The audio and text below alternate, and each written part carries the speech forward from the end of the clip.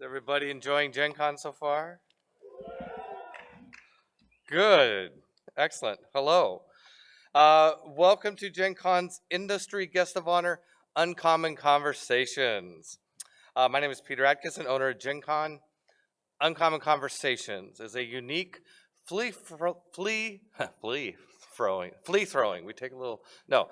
Let's try free-flowing discussion with our industry guests as they talk about a variety of thought-provoking questions around games, game design, world building, and the passion that drives it all. If time permits, we will have a brief Q&A at the end of the conversation. So please join me in welcoming Shauna Germain, Monty Cook, and our moderator, Tyler Bielman. Thank you. Another hand for Peter, everybody. As Peter noted, my name is Tyler Bielman. I am thrilled and honored to be sitting here with the industry guests of honor here at Gen Con 2019. This is going to be a little experiment. I've determined that for an uncommon conversation, we're going to gamify the panel a little bit. You might have noticed that I brought a deck box out. So what I have here are 3 different categories of questions that we will be asking our fine friends. The first is the maker or creator category. This is really to help us get an insight into their brains and how they come up with what they come up with and their philosophies about games and world building and fiction. The second category is Monty Cook Games, where we will talk about their products, about their day-to-day lives as the operators and owners of Monty Cook Games. And then we have the wild cards. This could really be anything, so we'll see what happens. Each card has a point associated with it, point value. I'm looking for about a 30-point panel, but I've never done this before, so I don't know. I do need somebody to keep score. Is anybody out here willing to keep score? You'll keep score? Great. With that, let's get started. Thank you so much, and pick a category. Is this a collective score, or are we fighting? No, this is a collective score. Okay. This is a cooperative I score. thought we were I fighting. thought I would get to win. Next. You're up here with us. You already. So which category shall we start with? I did note that there's 15 cards in each category. There's an average of 3 points per card, except for the maker category, which has an average of 3.6 per card, because I'm a huge nerd. Where shall we begin? You choose. Let's go wild. Let's start right out of the gate with wild, yeah? Yeah, woohoo! Make sure I shuffle these. I'm gonna regret this. Could be a huge letdown. It is a 2-point question. If you could summon a slice of pizza to your hand 5 times a day, but only one kind of pizza, what kind would it be? It would be pepperoni with extra sauce and extra cheese. Any particular reason? That's just your go-to? That's just my go-to. Okay. And I like to be indulgent. Shauna? You know, my family calls me the meat girl, so I'm gonna say meat lovers, if it has bacon, plus black olives and mushrooms. Very nice. Okay. What do you think? So far, so good? Super insightful. Monty, it's your turn. Would you like to pick a category? I will pick the maker category. The maker category. Our first question in the maker category is a 4-point question. Ooh. Please describe the other person using the Numenera cipher system adjective, noun, Ooh. verb statement. Are you sure we're not fighting? And just to be fair, you have to answer this one first. Oh, good. Oh man, this one's really hard to do extemporaneously. It's a 4-point I'm question. gonna regret this. I'm gonna hear about this for a really long time. I can already tell. I am. You are. I guess there's a better way to do that. You are a creative story slinger who lives many lives.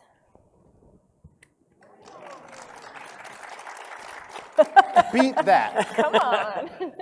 You had a little time. Come tough. on. Well, Yeah, that's he was. I saw the wheels turning. All right.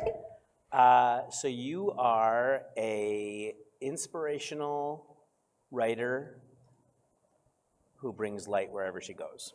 Oh, Man. I think he won that one. Yeah. We're going to let you put that one Can in I your go pocket. again? All right. Oh, nice. Save that for later. How are we doing so far? We feel all right? Okay, Shauna, please pick a category, Wild Maker or Monty Cook Games. Let's do MCG since we haven't done that one yet. This one is for 2 points. Monty Cook Games has a signature of defying strict genres, instead opting for systems that allow genre to exist if the gaming group wants it. Please talk about what goes into this choice, and because it's clearly intentional. As a company that was founded by its creative people rather than its more business or sales oriented people, I think that for us creativity comes first, and that doesn't mean just us, right? But that means the people at the table too. I'm always going to write something. I'm always going to create something that I want to use, and I am the kind of person, I'm the kind of GM, I'm the kind of player who wants to. I want to go my own direction, right? I want to make my own path, and so what I see a lot of our products is doing is enabling that. We are, when it comes to role-playing games, right, we're not the storytellers. The people at the table are the storytellers. All we're doing is giving the tools to be storytellers. So that's, I think, a way in which our products, I would have to say, excel, right? That we really kind of are enablers and hopefully are sparking creativity as well as giving room for creativity. Yeah, I think I think our marketing team sometimes finds that our genre mushing is harder to sell than it is to make, because genre is such a marketing element of like being able to fit things into categories. And I would say one of the things that we like to do is be like, categories, we're gonna just break those walls down.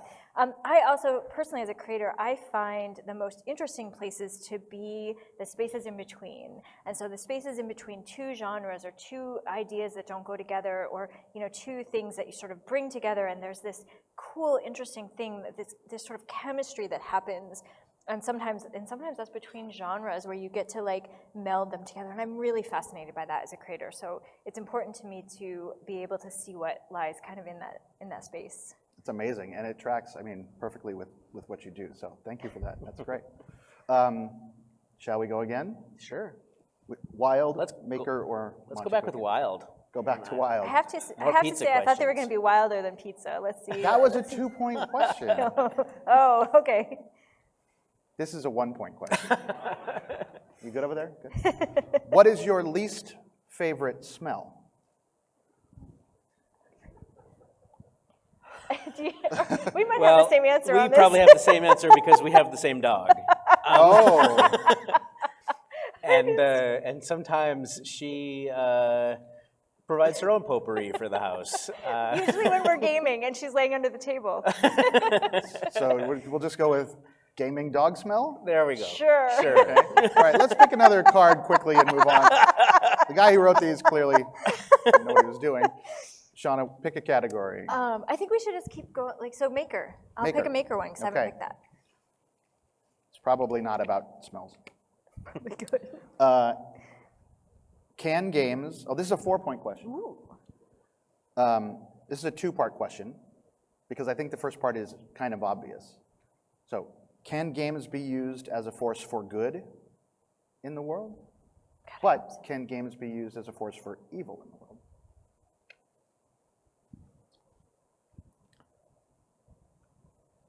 Well, I certainly think that the answer to the first one is yes. Yes, right? I hope so. God, I hope so.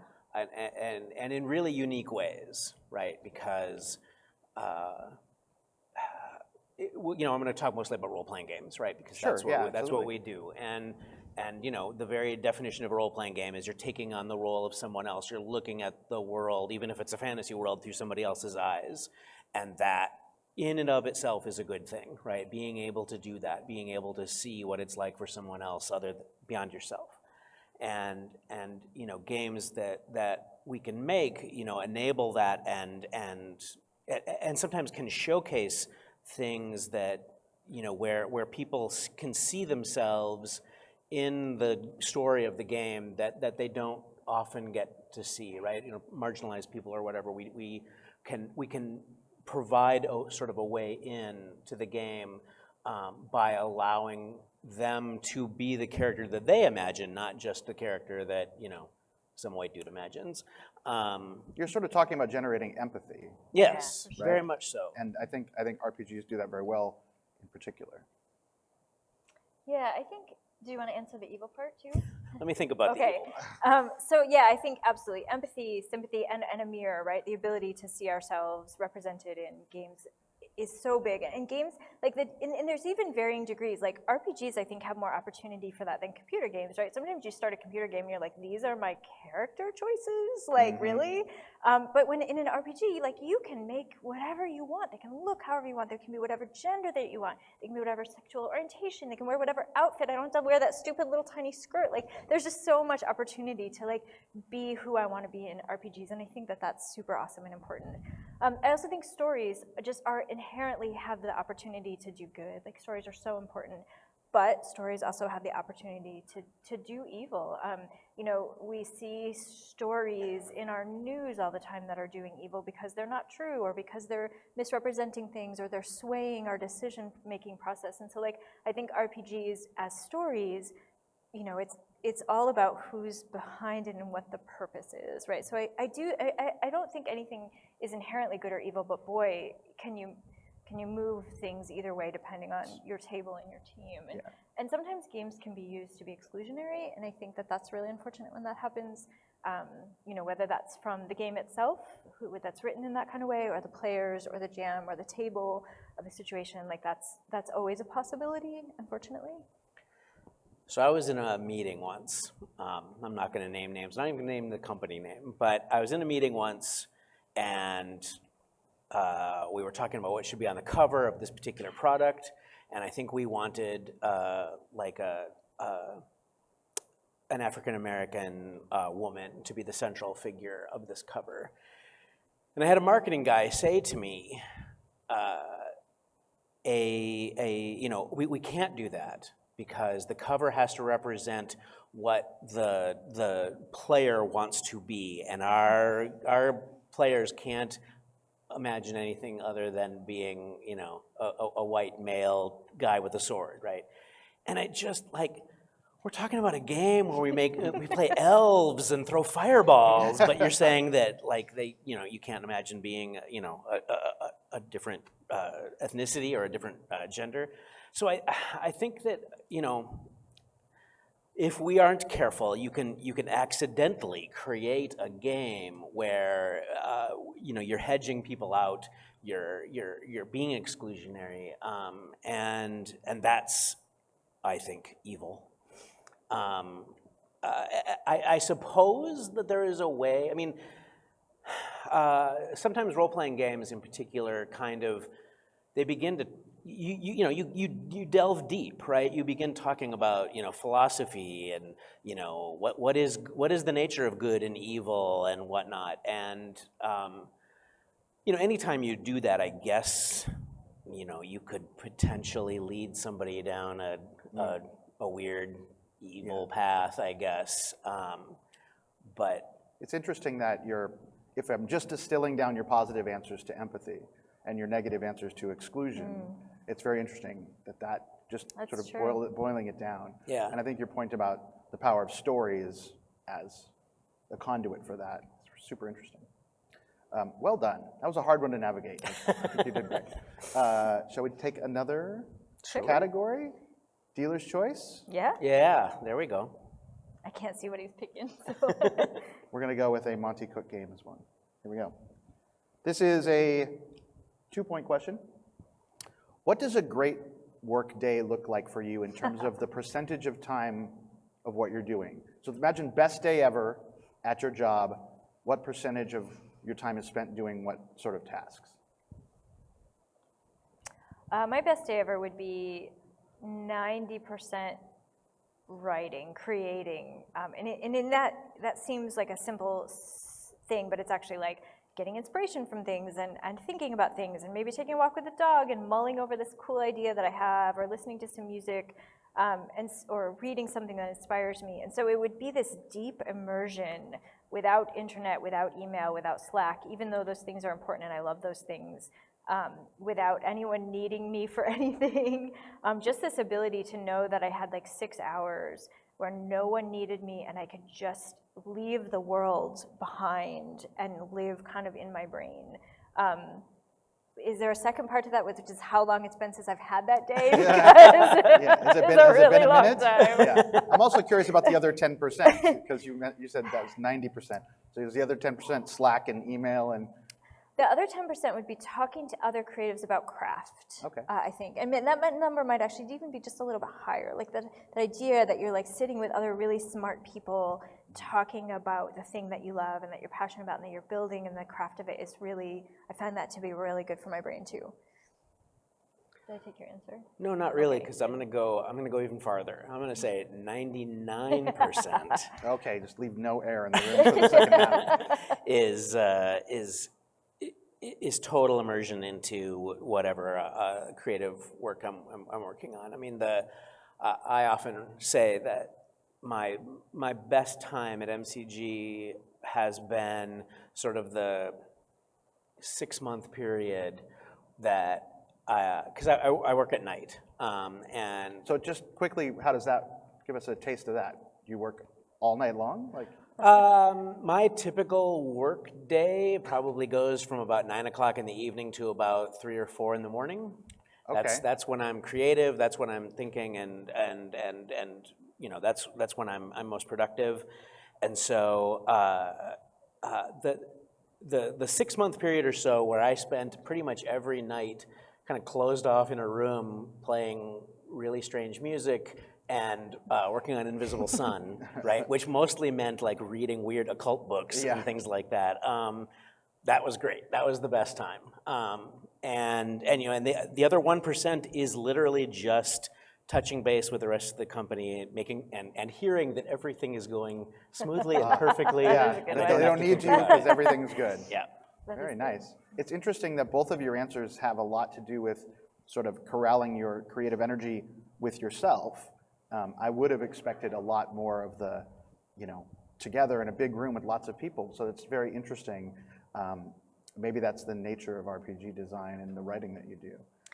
I think other people on our team might have different answers too. It varies. Yeah. I think. Yeah, I think Yeah. we both just happen to sort of be introverts who spend a lot of time in our heads. Sure. And also, like, because, like at MCG, I'm the managing editor and the project manager and a co-owner and a game designer. So like, take it with this seed of like, I never get that. So like, Right. that's my say the mecca ideal. right now, Yeah. right? And so like, if my life was less about already working with the team all the time, Sure. that might change. But because we do so much work with the team constantly, I think our dream is a little different than it would be otherwise. That makes total sense.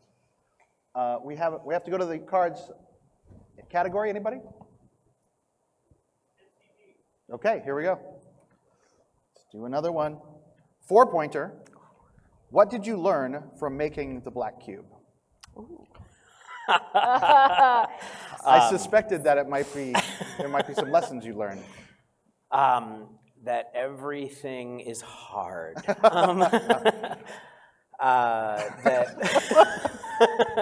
Man, this is worth way more than 4 points, I'd like to say. Okay, put another 2 points on. I can do that. I'm running the game. You know, so I mean, on the plus side, right? Invisible Sun was literally just a company empowering a creator to just say, we're going to make whatever you want, right? No limits, no whatever. Oh, you want to have a big hand in a box? Yeah. Go for it, right? Yeah. And so that's fantastic, right? That's the dream, right? That's the dream that most people don't even get to achieve. But you know, we learned a lot about manufacturing. We learned, you know, everything that we had to design. I mean, most of it didn't have any prototypes that existed, right? I mean, even the size and shape of the books is not standard, and so everything was a learning experience, and a lot of it was more expensive than we thought it was going to be to produce, right? Or there would be challenges, or there would be things that a printer or manufacturer wouldn't understand, and so it was a real trial. How long was that process from sort of the inception and, I mean, not just the design, but when you knew what the components were going to sort of be to getting it out the door and signing off on the final files or the prototypes? Years. Probably a couple of years, yeah. Yeah, I mean, and I think everything, like, it was really interesting because, you know, when Monty talks about that was his favorite sort of space and time of the creation of that, like, we also had like a ton of fun making all these cool ideas and these crazy things. But I'll say as project manager, from the point we sent it to the printer to the point where it actually arrived here was kind of horrendous. And it was everything from like, you know, the cube is so big that we don't have a machine that can wrap it in plastic that's big enough. So we have to specially order a machine to wrap the black cube so that it doesn't get damaged in shipping. And we were just like, what? Right? I mean, like, and this was at the very end of like all of these, like every step of the way, we were doing something that was so innovative and so creative that no one had ever done it. There was no prototype. Everything took so much trial and error. And like on one hand, I'm so proud of that project. I'm so proud of every part of it that we did, and we overheard so many hurdles. But in the middle of it, we'd be like, okay, we got that, we're ready, right? And then they'd be like, oh, here's a thing, and we'd be like, okay, like the black, you know, the hand was too heavy, and then it was too big, and then it was not strong enough, and it was just like, please just give me a hand, like at some point. Literally and figuratively. Yeah, I mean, right? Like, and so I think the thing that, like, we learned so much about that process and about, like, so on one hand, it was really gratifying to think we can build this thing that only exists inside someone's head. And on the other hand, it was like, whoa, that was really, really hard. So now we have all this skill set and also this thing of like, we're never doing that again. Right. Well, that was the obvious follow-up is would you do it again? Right. Then that's the conversation that we have all the time, right? Because on the one hand, no, we're never doing that again. And then, but on the other hand, it's like, well, but now we know how to do it. Right. Maybe, Yeah. you know. Well, you know how to make that one hand. Excellent. I'm going to go to the maker bucket because I feel like we want to drive some points up here. This is a 5-pointer. Name someone who was instrumental in the development of your career and what you learned from them. You should go. Oh, did you go first last time? Mm-hmm. Boy, there's so many people. I'm so grateful to so many people in my life. You know, I'm going to say, it's so hard to pick because I feel like I'm leaving everyone out, right? I'm going to say a writer named Tom Spanbauer. And he was instrumental in both my writing and in sort of my life. And there's a lot of reasons for that. One is he's a fantastic writer, and I was in his writing group with a bunch of other writers who've sort of gone on to do amazing things. He was an amazing, amazing teacher. And he was also, like, I was pretty young in his class. And he was also the first writer that I had spent time with who sort of gave me the language for my bisexuality. And so he was both giving me this amazing experience as a writer and this amazing experience as a human. And so, like, I feel like I grew in his class in ways that were sort of beyond what I was working on the page. And he did it by creating this really safe, kind of welcoming environment where everything was considered to be okay, and like you kind of talked about things. And he's an older man who grew up during the AIDS crisis. He grew up in New York during the AIDS crisis, and so like has written a lot of stories about that experience, and it sort of made me brave. It made me brave to write about the things that really, really matter to me, and so I think he's definitely one of the big influences in that space. Like Sean, I find it really, really hard to pick one because I don't think anybody gets anywhere without a lot of help from other people, right? I mean, it's the way humans work, but. You know, the first person that actually comes to mind is the writer Gene Wolfe, who just recently passed. And I had the good fortune years back to take a writing class from him. And so I got to kind of study under him. And his books, the Book of the New Sun, was probably sort of the primary reference for Numenera in a lot of ways. And but I picked him because, you know, being a big fanboy, you know, during the class, I also had him, you know, sign a copy of Shadow the Torturer, and he wrote a very inspirational, very complimentary thing in my book. And so if I'm ever feeling down, if I'm ever feeling down on myself, that's kind of my go-to thing. I grab that, read that for the 100 millionth time, Yeah. and can keep going. That's amazing. It's interesting that you both have a bit of an academic tint to that answer, that they had both an academic and inspiration from other writers. That's cool. Okay, we'll do one wild here. This is a 6-point question, and I'm not kidding, it says 6 points. Whom would you cast as yourself in the movie of your life?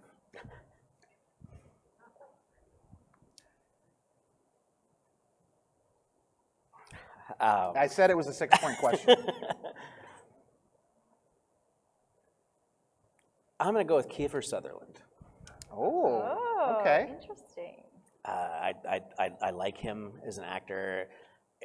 We're sort of in the same You've both got that range of dark, brooding energy and an incredible rugged handsomeness. So. And we were both vampires when we were younger. Okay, great answer. Shauna, how are you feeling about this question? I'm feeling good. You can except say that Kiefer Sutherland if you want to. You know, I was tempted, but I don't want to copy him. Yeah. So, you know, I'm so embarrassed that I can't remember her name. But Good Place. You guys come up, the actress from Good Place. Yes, Oh. I would cast Kristen Bell. Oh, okay. Cool. I think that's a great. Not because I think I look like her, but because I hope that I have some semblance of her energy. I just think she's this sort of this positive, awesome, I would go see energetic that human movie. being. I would go see the Kiefer Sutherland, Kristen Bell MCG movie. With the Hollywood, stinky dog. if you're watching, we're available. Would anyone else like a different from a pile? Monte Cook Games, wild. That one was wild. That was a 6-pointer. What are we at point-wise? Yes. Oh, Ooh. Maybe. we're way past 30. We're rocking. Slow down. 2-point question. If you could no longer have Italian food or no longer have Japanese food, which would you pick? It's funny because the hard questions and the easy questions, you do the same thing. Can I just go be alone in my room, please? Oh. I gotta have my lasagna. Yeah, I was just thinking. That's a fair answer, Garfield. Yeah, you know, it's the bread. For me, it's all about the bread. So Italian Yeah, I would on have the to keep couch? the Italian. Everybody? What do you think, Japanese or Italian? Which would you keep? Yeah, perfect, okay. Let's do one more from the couch. Where did we go? The cards are getting mixed up. The points are all over the place. Just reach down and. Oh my gosh. Okay. Okay, I knew where I was reaching. Oh. Oh boy. Okay, this is another 6-pointer from the maker category. What are the rules or guidelines, if there are any, around linear storytelling within worlds that players are participating in and creating for themselves? So how do you balance this idea that the world belongs to the players, but you are also telling sometimes in fiction a linear story in that world? Do you think about the balance of those two, and how could you define the balance there? I'm gonna let you take this one first because I want to think about it. Well, so I've had fiction writing described to me at once as you are seeing out of the character's eyes, and so the reader needs to be able to see out of the character's eyes, but no farther, right? And so if the characters go from this town to this town and they follow a road, you build the world that is this thin, right, and Sure. on your map because this stuff doesn't matter because no one sees it. But when you are creating an RPG, right, suddenly, well, the characters might go this way, but they might go that way and that way, right? Right. So suddenly you have to create basically a sphere, not a line. Right. I think that that's the thing to keep in mind, because I think that, again, I'm going to always take the position that as an RPG writer, I'm not the storyteller. The people at the table are the storyteller. All I'm doing is enabling them. And so if I'm forcing you into a linear story, I'm not doing my job right. And so, because as soon as you start talking about purely linear stories at a role-playing game table, now you've taken away player choice, and all of a sudden you're really not playing a role-playing game anymore, right? You're listening to a story. That's not the experience that I want to try to give people. Yeah, I think it's interesting because I'm actually really bad at plotting, just sort of the linear thing. And so in some ways, writing RPGs is actually a lot easier for me because I'm good at world and I'm good at characters. And then I'm like, here you go, you do the plotting, yes. Whereas fiction is always a challenge for me because the plotting is a place where my brain just doesn't go. And so I find that like the fiction, the world building, the characters again come easy, but now I have to sort of create the story for the reader to follow. And like, that's a whole different thing because in a game, you have control as the player and the GM over things like pacing and the GM does a lot of that work for you of like, here's how fast things go and here's what matters and here's the curves you're taking and all that kind of stuff.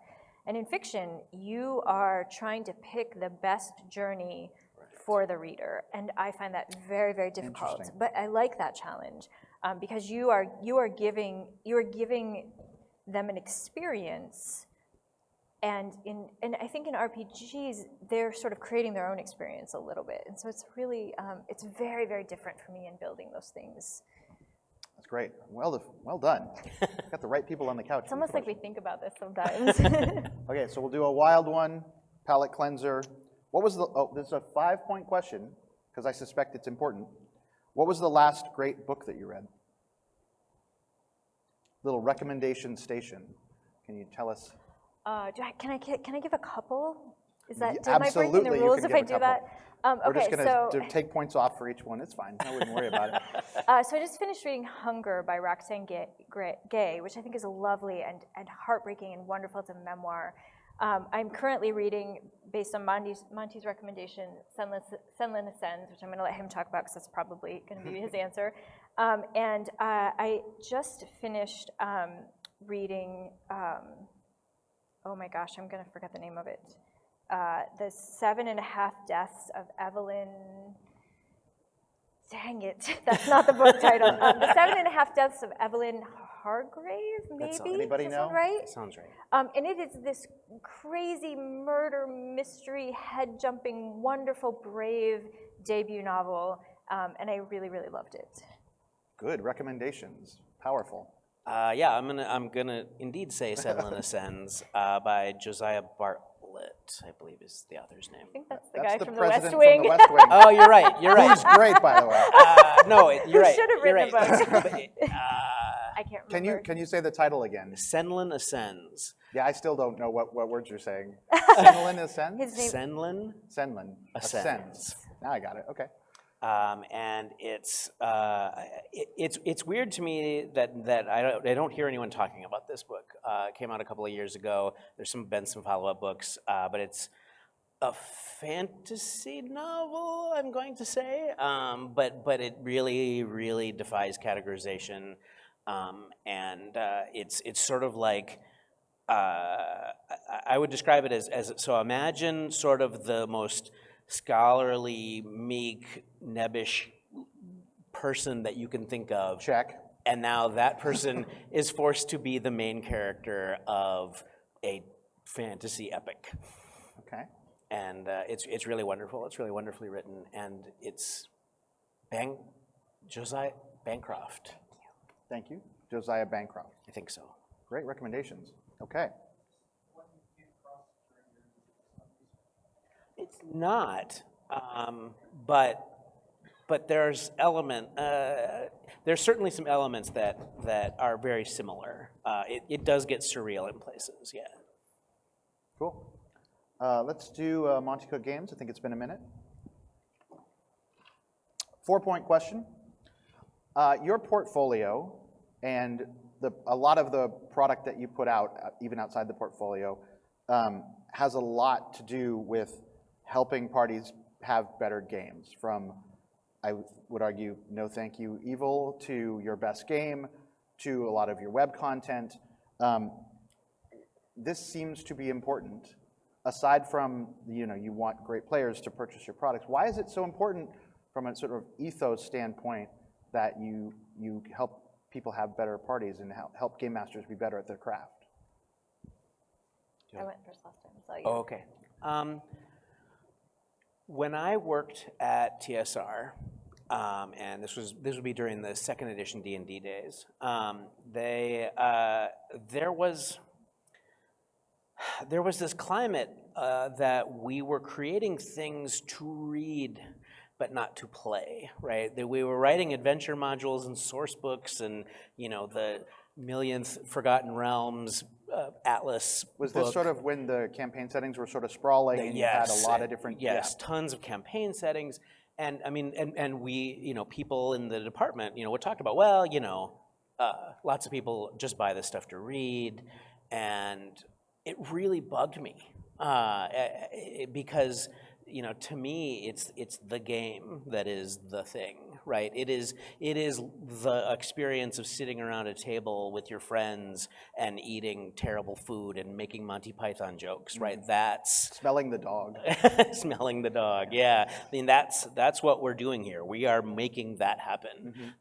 And so playing the game and having the best game that you can possibly have and the best experience you can possibly have in that arena is really important to me. And I think it's, it's why we keep coming back to this stuff, right? I mean, there was a big thing in, with the release of third edition D&D, right? Right around the year 2000, where we saw a bunch of people who had started playing D&D when they were, in junior high in, the 80s or whatever, suddenly coming back, finding that they had more free time, maybe finding that they had kids now and they wanted to introduce them to right? And so there was this resurgence of people coming back and saying, I forgot how much fun this was, right? And that was very empowering. That was very important to me in sort of my development of the way I think it should all go, right?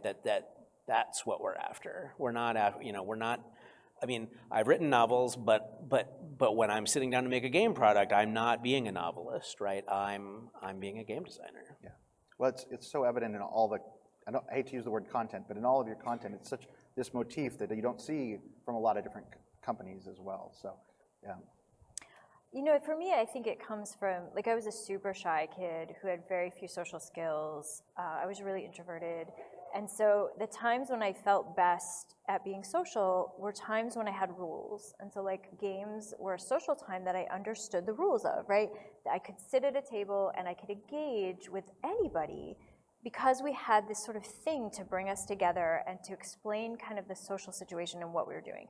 And so for me, games were a really, really important part of my childhood in the same way, but separate, that books, did that for me privately. And so I think one of the things that's really important to me with games, and this was particularly important in No Thank You Evil, was that we're bringing people to the table to have this experience where everyone felt safe and comfortable and understood the rules. Because I think that can give you the basis for how to operate in social situations that you can then take and use in later life. And so it helped me blossom out of my I'm still super shy, but it helped me sort of blossom out of my super shyness because I understood what was expected and I could kind of sort of get into that space. And I sort of started to love those experiences rather than to be please leave me alone with my book. And I sort of want that for everyone, right? I want a place where everyone can go and feel comfortable and safe and kind of understand how to engage with each other in a cool way. It's so funny. We were having a conversation backstage before we started about all of us not being able to function at dinner parties. That's true. But we're okay talking to you fine folks and being on streams and things. I totally relate to all of that. And if you want to talk about adding gaming and rules to make something comfortable, I will refer you to the cards. So I definitely, that resonates very, very strongly with me. Any category? Maker. All right, this one's for you. Okay, if you could get into a time machine and talk to yourself 15 years ago, but you're only allowed to tell yourself a piece of advice about your fiction writing, what piece of advice would you tell 15 years ago, Shauna, and 15 years ago, Monty, that would have been helpful or inspirational or motivational for that person? I would have said, stop being so damn afraid. Because I was So this really is a theme afraid. too, with the bravery from your mentor. Yeah, I mean, probably more so like 25 years ago than 15, but I think still, I could tell myself that yesterday, and it would still resonate for me, I think. So don't be afraid. Stop being so afraid, right? Stop like, being I so don't think we afraid. can not be afraid, but I think that like there's an afraid that stops you from doing the thing that you're passionate about because it becomes so big in your head.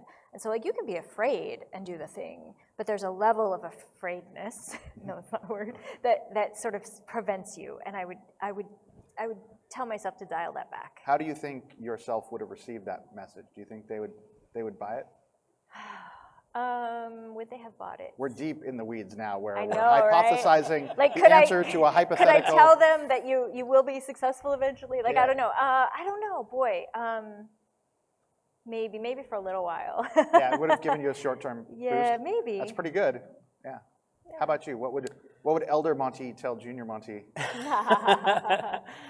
Well, 15 years is a random but interesting point because it was right about that point that I was starting to think about not doing this anymore.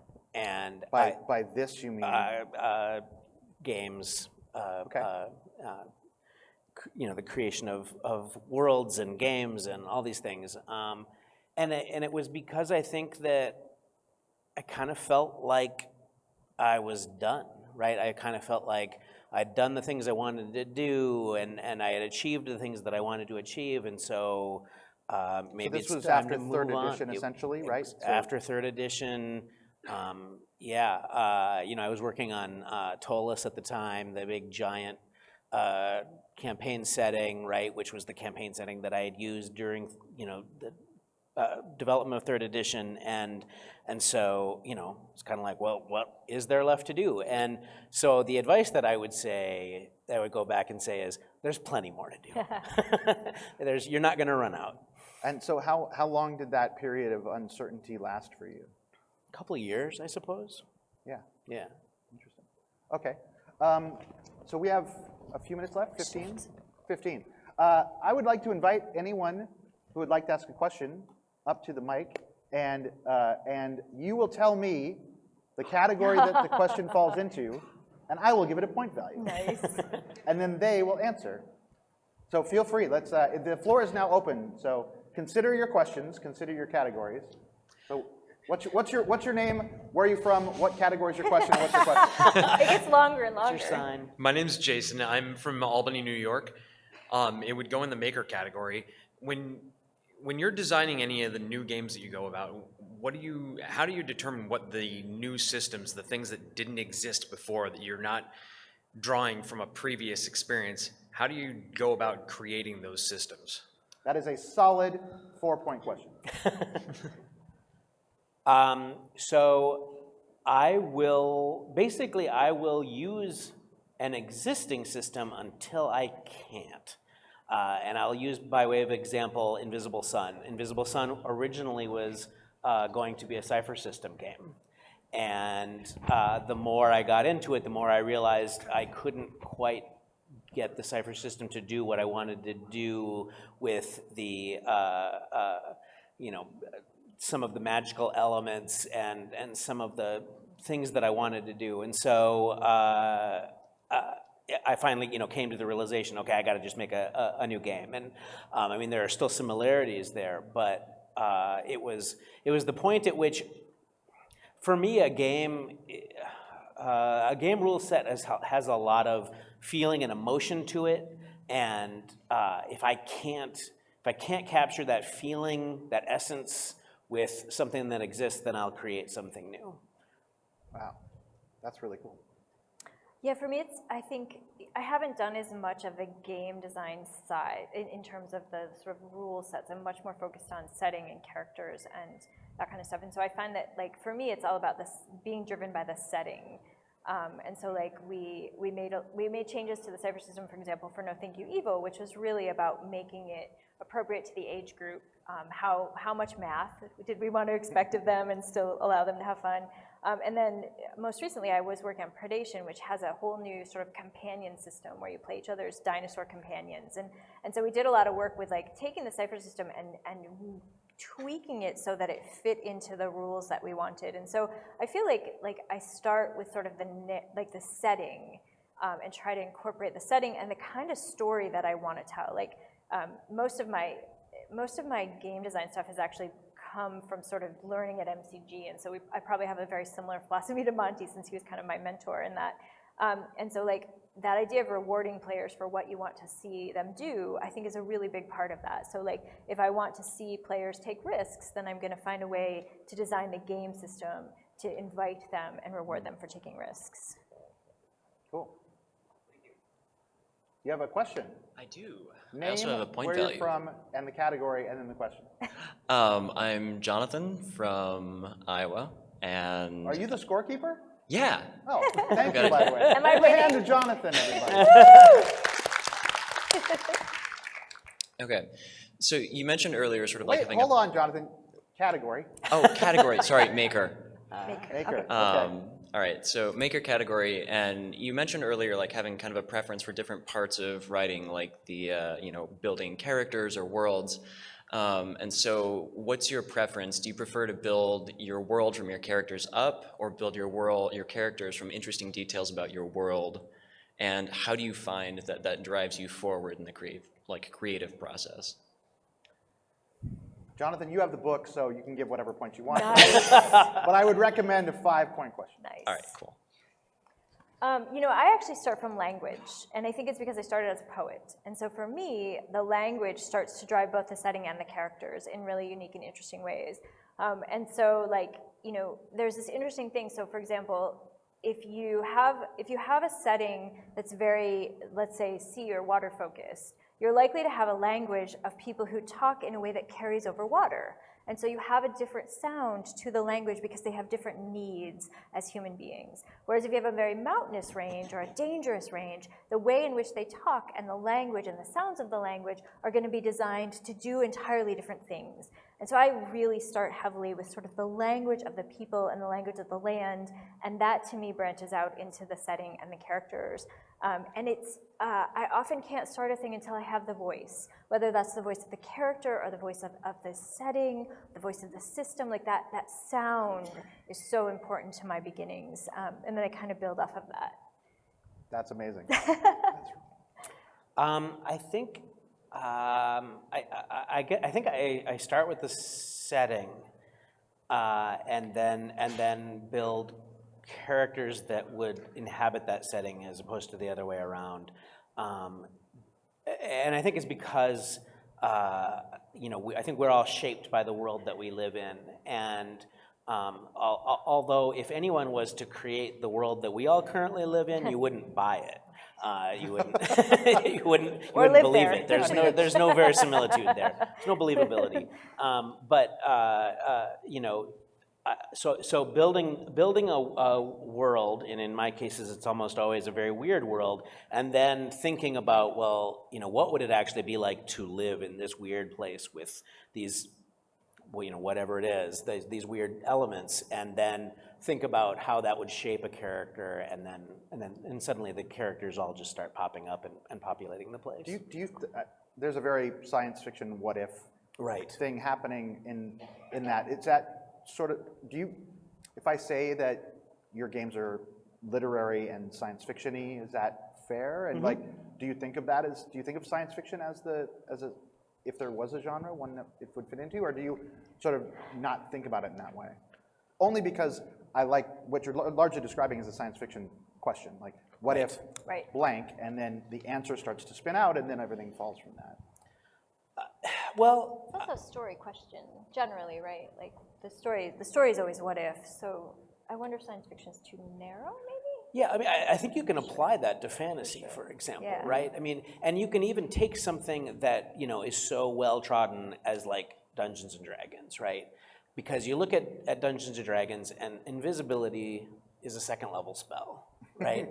That means there's a lot of people in this world who are suddenly becoming invisible, right? And so what's that world going to be like, right? What precautions are they taking? And so suddenly, you know, that simple little game mechanic thing becomes the what if, right? Or one of the many, many what Yeah, ifs. and there could be a whole world just with that premise. Right. We have someone at the mic. What's your name? Where are you from? Give me a genre, or sorry, see, I'm already doing it. Give me a category, please, and your question. My name is Patrick Rice. I'm from Kentucky. I've done RPGs for probably about 40 years now, and one of the things I always kind of run into, I guess this would be a maker question again. I'm I sorry. wasn't going to interrupt you, but that's all right. Seem to be stuck in that category, but one of the things I run into a lot is I've mostly DM'd for most of my career, or GM'd or whatever you want to call it. But I have this issue with figuring out how to reward creativity in the game within the rules that we're bound to, because there's almost always or you're at the table that says, well, this has to go exactly like this. And if you've got somebody I don't know why my heading in Project. on me there. Okay, I can project if you need me to. No. So how do you do reward creativity for the player at the same time staying within the confines of the rules of the game? Yeah. So I would say worry a lot more about the former and a lot less about the latter. And it's simply because, you know, what we're doing when we sit around a table is a group storytelling endeavor, right? We're all getting together and telling a story, and the story is more important. The rules are important, right? Because they provide a framework. Otherwise, we're all just kind of at odds and we don't know how anything works. But you know, anytime someone comes up with a better idea than something that's in the rules, I say always go with them, right? I mean, you know, I think a lot of people worry that, like, oh, if I let this happen, it sets a bad precedent, and suddenly the rules are, you know, no one's paying any attention to the rules. But, you know, in my experience, that isn't really the case, right? That everyone is so appreciative of that injection of creativity and imagination that I think, you know, I've seen it at a table, right, where you know, somebody comes up with this great idea, and then everyone looks over at the GM, right? Is he going to let him get away with this? This is really cool, right? And I think there's almost like this sigh of relief when the GM says, that works perfectly, and you kind of let it happen. And I think everyone's kind of grateful for that. And so I don't think it breaks the game. Yeah, all of that. Thank you very much. Hi, I'm Lucas, and I'm from Washington State. I think this category is I guess it's probably fits into the wild, but maybe could go into Monte games. I'm not really sure. So I'll decide. We'll find out. So you just released your best game ever, which I'm very excited. I just picked it up today. I'm very excited to go into it.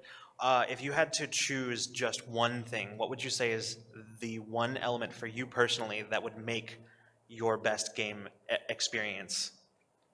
That is definitely a Monte Cook game question. It's 4 points. That last question was 4 points. I think that, oh boy, I'm so bad with bests and favorites and onlys because I'm like, but this and this and this. So I think it has a lot to do with autonomy and like the play, like kind of what we were just talking about, like as a player getting to like follow my wild ideas and having the GM say yeah and yeah, right? And not that there's no consequences for those cool wild ideas, because there might be. My character might be very sad that their player is this creative person who wants to push the boundaries, but like this ability to sort of pursue all of the cool creative impulses that I have for me.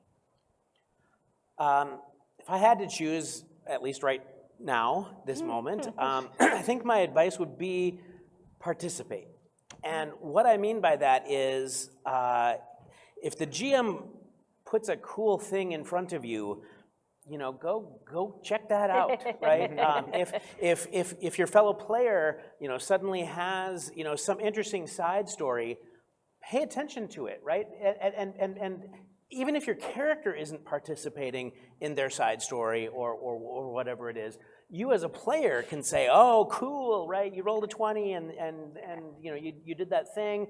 And the reason that's so important is because I promise you what's going to happen is they're going to do the same back to you. And suddenly everyone is sort of more involved, more participatory in each other's stories, as well as their own stories, as well as the GM's stories. And just, that engagement, right? You're all sitting there in the same room. You might as well talk to each other. Thank you. Hello there.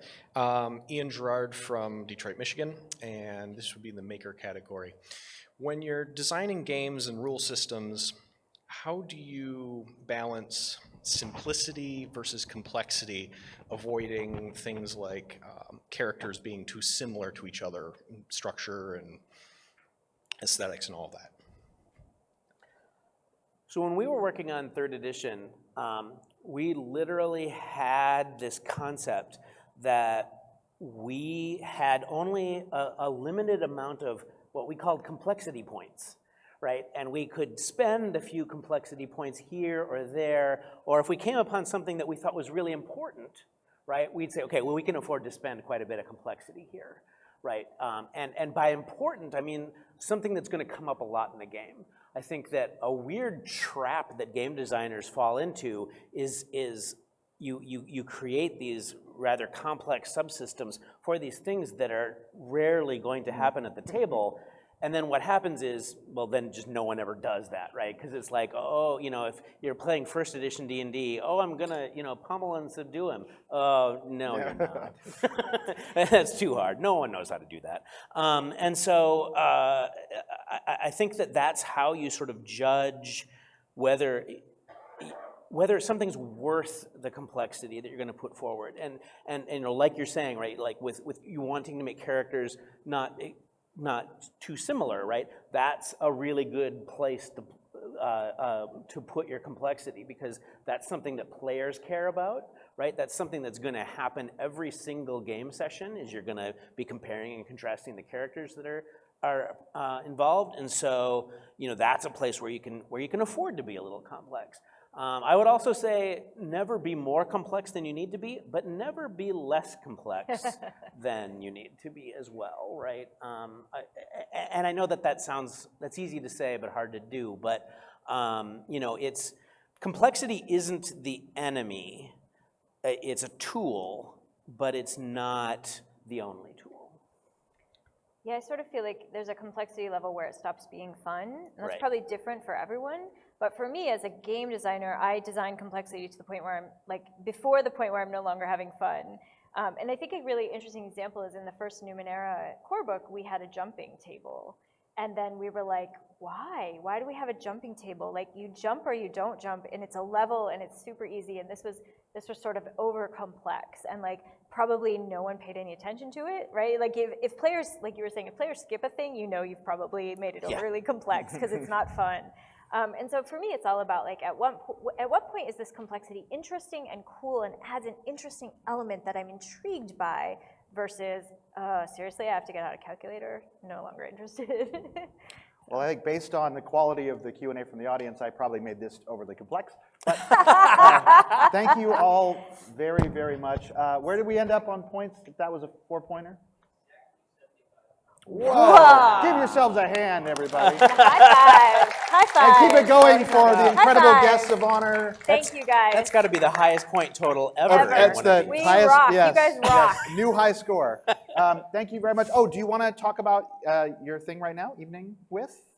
Oh, right. Yeah. So in an hour, 7 o'clock, I think, we're doing an evening with MCG where you can come and hang out. There's going to be a cash bar There's trivia. and- You guys know more than anyone else right now. Come on. and it is. Do you know where it I is? don't. I'm so It's sorry. in your program. It's in your it is in your program. Okay. Yes, it's somewhere under- around. there's like the- a bar around underneath Union Station. Yeah. Okay. Thank you again, Thank everybody. you guys. Thanks You're so much. amazing. That was fantastic. Oh, I have to clean up all my cards. It's embarrassing. I'll be there in a minute, you guys.